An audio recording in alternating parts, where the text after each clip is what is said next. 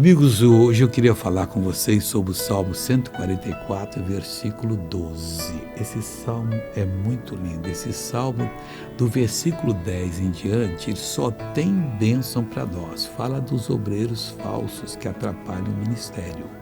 E isso é muito importante. E ele disse assim: para que os nossos filhos sejam como plantas. Deus quer que os seus filhos sejam como plantas, bem desenvolvidos na sua mocidade. Nós temos na vida espiritual igual na vida física. Éramos criancinha, crescemos e tornamos jovens.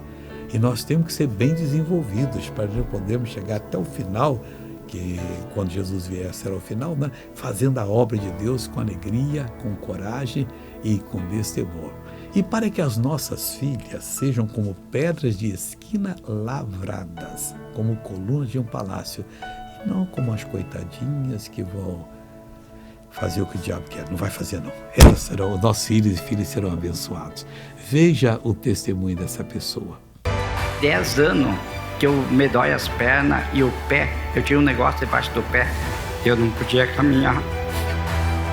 Tá caminhando, João?